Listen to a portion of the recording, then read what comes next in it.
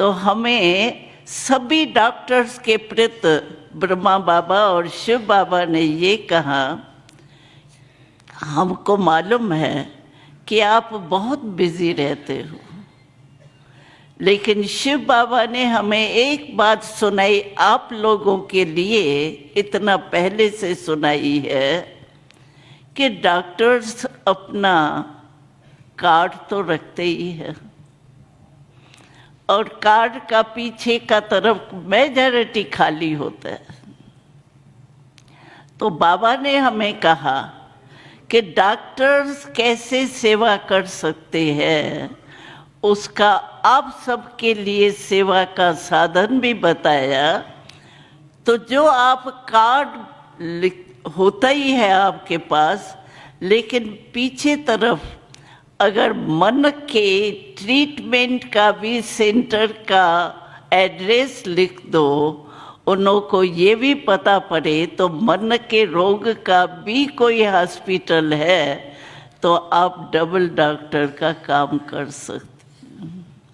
तो ये बाप दादा का आप सभी डॉक्टर्स के प्रति पहले से ही डायरेक्शन है।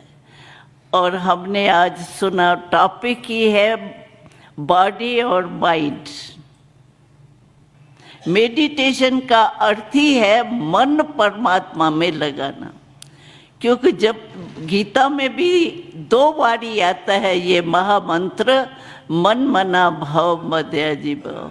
तन मना नहीं कहा है भगवान ने, धन मना नहीं कहा है, मन मना भाव का, क्योंकि मन का कारण ही है। मन ही खुशी भी अनुभव करता, मन ही दुख का भी अनुभव करता है। तो मूल मन है, इसीलिए गीता में भी है मन मना भव मध्याजी भव। तो मेडिटेशन का अर्थ ही है मन परमात्मा में लगन। ये मेडिटेशन का कोर्स समझने से एक तो ये मालूम पड़ता है कि मैं कौन, और दूसरा परमात्मा क्या। परमात्मा के बारे में भी कितनी बातें हैं। कोई तो कहता है नाम रूप से न्यारा, और कोई फिर क्या कहते हैं, कोने कोने में कण कण में भगवान है। कितना फर्क है, कहाँ है ही नहीं नाम रूप और कहाँ कण कण में भगवान है। तो आखिर भी परमात्मा है क्या, हमारा पिता है और जन्म जन्म का पिता है, उसका हमको पता ही नहीं है वो कौन है क्या है।